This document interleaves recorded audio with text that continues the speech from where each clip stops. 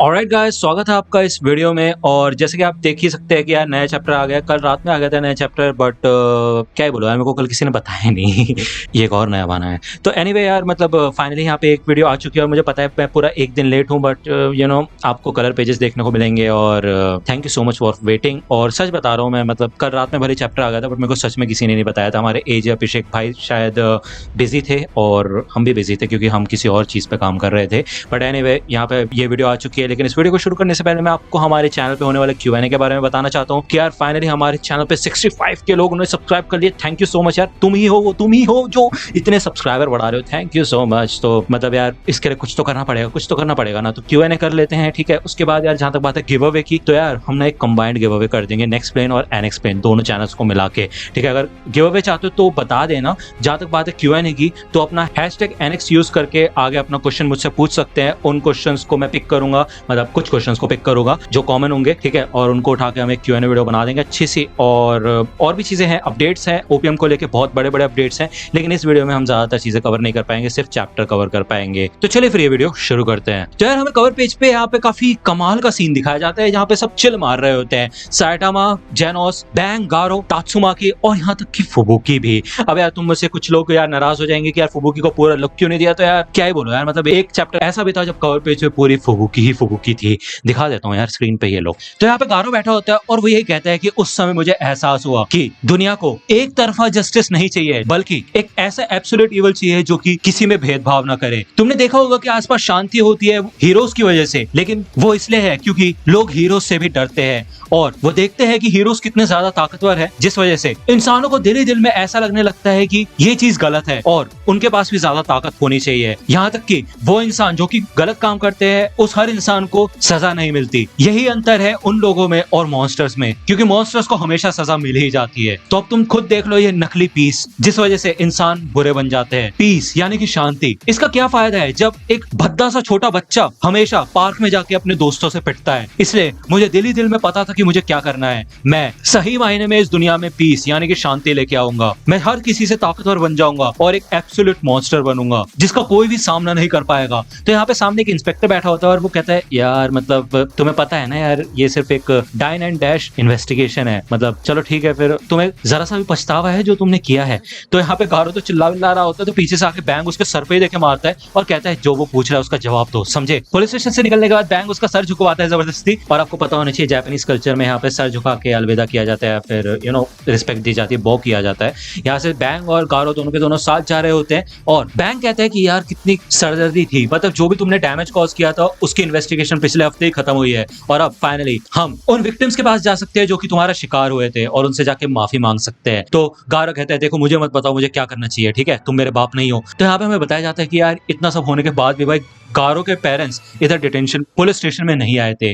तो बैंक कहता है कि देखो यार मेरा ये सर काफी बुढ़ा हो चुका है, लेकिन मुझे खुशी है कि अभी भी ये इतना तो कर ही सकता है कि तुम्हारे पेरेंट्स की जगह मैं जाके उन विक्टिम्स के सामने अपना सर झुका सकता हूँ और उनसे माफी मांग सकता हूँ। कोई भी पेरेंट बन सकता है, बस सामने एक बच्चा होना चाहिए। और कोई भी टीचर नहीं बन सकता जब तक वो सामने वाले को रास्ता ना दिखा सके। तो गारो कहते क्या बकवास कर रहे हो यार तुम। तो बैंक कहता है हाँ नाक में दम कर दिया तुमने मेरे, लेकिन ठीक है कम से कम तुमने मेरी इतनी तो मदद की कि मैं तुम्हें आसानी से ढूंढ पाया। तो यहाँ पे हमें दिखाया जाता है कि एक झरने के नीचे गारो बैठा होता है। ये हमें पहले का सीन दिखाया जाता है, याद होगा आपको पिछले चैप्टर में गारो वहां से भाग गया था, तो फाइनली वो इधर आ चुका था मेडिटेशन करने के लिए। बैंक उसे यहाँ पे आके ढूंढ लेता है और गारो कहते हैं वाह बूढ़े आदमी इतनी आसानी से ढूंढ लिया मेरे को। तो बैंक मन में कहता है कि कैसे लगती इतनी देर, मतलब मैंने ही तुम्हें ये सारी जगह दिखाई थी जहाँ पे सीक्रेट ट्रेनिंग की जाती है और मेरे ख्याल से तुम ही चाहते थे कि मैं तुम्हें ढूंढ लूं।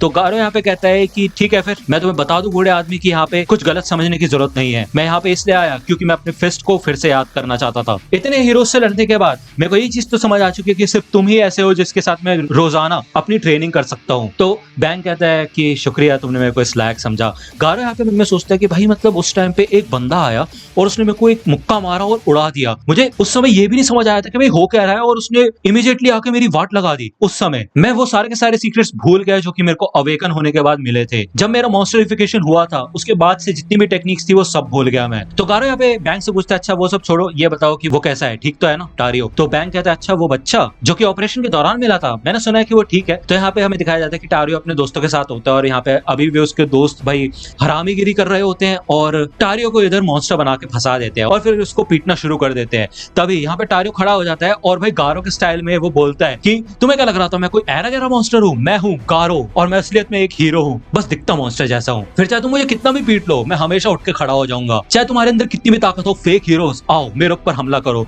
तो ये बच्चे कहने लग जाते हैं भाई ये क्या बोल रहा है, तो कौन सी स्टोरी बना रहा है, तो अपने आप से ही ऐसा कुछ नहीं होता, ठीक है। तभी पीछे काफी कमाल की गाड़ी आती है जिसमें वगनमा होता है और वो भाग के टारियो के पास आके बोलता है कि हे वगनमा क्या तुम मेरे साथ मेरे घर चलोगे, मैंने नया गेम खरीदा है वो हम साथ मिलकर खेल सकते हैं। तो टारियो कहता है क्या बात है, कमाल है। यहाँ पे बच्चे सोचते हैं ओ ये तो यार वो अमीर आदमी की औलाद है ना, ये टारियो इसको कैसे जानता है, हे टारियो तुम वगनमा को कैसे जानते हो, तुम उसके दोस्त हो। तो टारियो कहता है हाँ ये दोस्त है मेरा। तो टारियो कहता है हे वगनमा ये मेरे दोस्त है, मैं इनको अपने साथ लेके चल सकता हूँ। तो वगनमा कहता है हाँ जरूर। तो टारियो कहता है हे देखो ये मान चुका है, चलो हम साथ मिलकर खेलेंगे। तो ये बच्चे सोचते हैं यार सही मौका है, मतलब चलते हैं, चलो चलो चलो। यहाँ पे हमें दिखाया जाता है कि वगनमा के पास चाइल्ड एम्पायर की वो बैग आ चुका होता है जिसमें मल्टी टूल्स होते हैं और वो यहाँ पे इन बच्चों के सामने शो ऑफ करता है। उसका बाप बोलता है कि हाँ उस इंसिडेंट के बाद वैसे मेरा बच्चा काफी बड़ा हो चुका है, यकीन ही नहीं होता कि बच्चे कितनी जल्दी बड़े हो जाते हैं। वो कहते हैं ना जैसा बाप वैसा बेटा। तो यहाँ पे वगनमा हके अपने बाप को धक्का मारने लग जाता है और कहता है प्लीज जगह बनाइए डैड, पीछे होइए पीछे होइए। तो यहाँ पे गारो को जब ये सुनने में आता है कि यार टारियो ठीक है, तो वो भी बोलता है कि अच्छी बात है टारियो, हमेशा खुश रहना और मैं भी यही करूंगा। तो ठीक है फिर बूढ़ा आदमी मैं चाहता हूँ कि तुम मेरे और बाकी हीरोज के बीच में एक फाइटिंग कॉन्टेस्ट रखवाओ। मॉन्स्टर बनने के बाद मैं तुमसे, बॉम्ब से, फ्लैश, ब्लास्ट और उस गंजे आदमी से लड़ाता है कि नहीं। अगर मैं फिर से उन सबको हरा देता हूँ तो हो सकता है कि मैं फिर से किसी तरह अवेकन हो जाऊं और इस बार शायद मेरे को मॉन्स्टर बनाने की जरूरत ना पड़े। तो बैंक कहता अच्छा बच्चे तुम्हें सच में ऐसा लगता है कि तुम मुझे इतनी आसानी से हरा लोगे, तो ज्यादा मत सोचो ठीक है। और वैसे भी अब मेरी हालत पहले से काफी ज्यादा बेटर हो चुकी है, थैंक्स टू मेटल नाइट, उसने मेरा फुल बॉडी मेंटेनेंस किया था, उसके बाद मेरे को काफी अच्छा महसूस हो रहा है। तो अच्छा रहेगा कि तुम पूरे तरह से प्रिपेयर ही हो क्या हो, ठीक है। यहाँ पे हमें हीरो एसोसिएशन का सीन दिखाया जाता है और सेकिंगर कहता है हे ये तुम क्या कह रहे हो, सिल्वरफैंग का सक्सेसर। तो सिच कहता है हाँ सिल्वरफैंग अब गारो का गार्डियन बन चुका है और अब वो उसे हीरो एसोसिएशन में लेके आना चाहता है और इसी वजह से उसने अपना रेजिग्नेशन लेटर दे दिया है। तो सेकिंगर कहता है लेकिन सिल्वरफैंग के जाने से काफी प्रॉब्लम आ सकती है और मुझे नहीं लगता कि वो लड़का सिल्वरफैंग की जगह भर सकता है, वो तो अब उसे देख के ही पता चलेगा। और अगर वो सच में उसकी जगह भर सकता है तो जल्द से जल्द उसका नाम पोस्टर्स में होना चाहिए। तो वो लड़का दिखता कैसा है। तो सिच कहता है कि हाँ मतलब तुम खुद ही देख लेना है ना, क्योंकि यार बेसिकली यहाँ पे सिर्फ सिच को पता होता है कि वो लड़का और कोई नहीं बल्कि गारो होता है। अब सिच मन में यही कहता है कि हमारे पास और कोई चारा नहीं है बजाय सिल्वरफैंग के ऊपर ट्रस्ट करने के कि वो गारो की अकड़ ठिकाने ले आए और उसको सही रास्ता दिखाए। अगर हम गारो को हीरो एसोसिएशन में लेके आते हैं तो बाकी हीरोज इसका पूर्ण विरोध करेंगे, लेकिन इसके अलावा और कोई चारा नहीं है क्योंकि वो जो भविष्यवाणी थी जिसमें ये कहा गया था कि दुनिया कभी भी तबाह हो सकती है, उसके लिए हमें अभी भी पूरी तरह से तैयार होकर रहना है और वही अभी सबसे ज्यादा इंपॉर्टेंट है। यहाँ पे हमें फिर से बैंक का सीन दिखाया जाता है और वो कहता है कि यार मतलब तुम बच्चे तो हो तो मैं तुम्हारे साथ दारू पीने तो जा नहीं सकता, तो इससे बेटर ये रहेगा कि हम दोनों आपस में बात करने से शुरुआत करते हैं। तो बताओ मुझे कोई लड़की पसंद है तुम्हें। तो गारो यहाँ पे शॉक हो जाता है और वो कहता है क्या बकवास कर रहे हो तुम और ऐसी घटिया बातें मत करो मेरे साथ। तो बैंक कहता है देखो कोई भी हो सकती है, कोई आइडल होगी, एक्ट्रेस होगी कोई। तो गारो कहता है यार तुम भी नाक में दम कर रहे हो, इतना पूछ रहे हो तो ठीक है बता देता हूँ। गॉ रेंजर के अंदर वो जो लड़की है ना जो गॉ येलो का रोल प्ले करती है, क्या नाम है उसका, कायरो ऐसे कुछ है ना। तो बैंक कहता है अच्छा वो एक्ट्रेस जो सेंटाई शो में, ओहो मतलब ये तो मैंने सोचा भी नहीं था। लेकिन कहा जाता है ना कि जो येलो वाले सेंटाई होती है वो ज्यादातर करी लविंग टाइप्स होती हैं, मतलब उन्हें मतलब करी काफी ज्यादा पसंद होती है ना।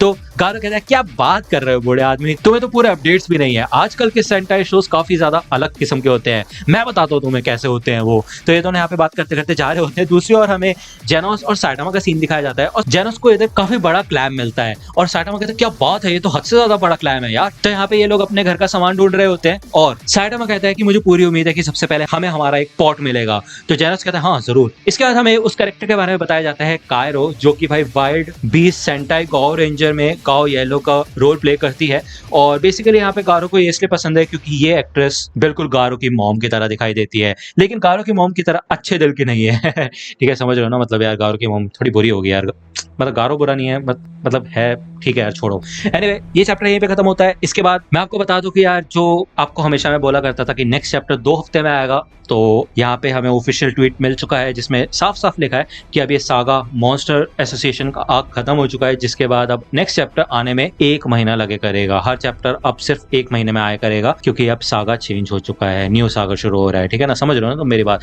तो 2 हफ्ते में नहीं, अब नेक्स्ट वीडियो आएगी 1 महीने बाद। इसकी अलग से वीडियो बनाऊंगा, क्योंकि मोस्ट ऑफ द लोग एंड तक वीडियो देखते नहीं है यार, मतलब क्यों करते हो ऐसा तुम।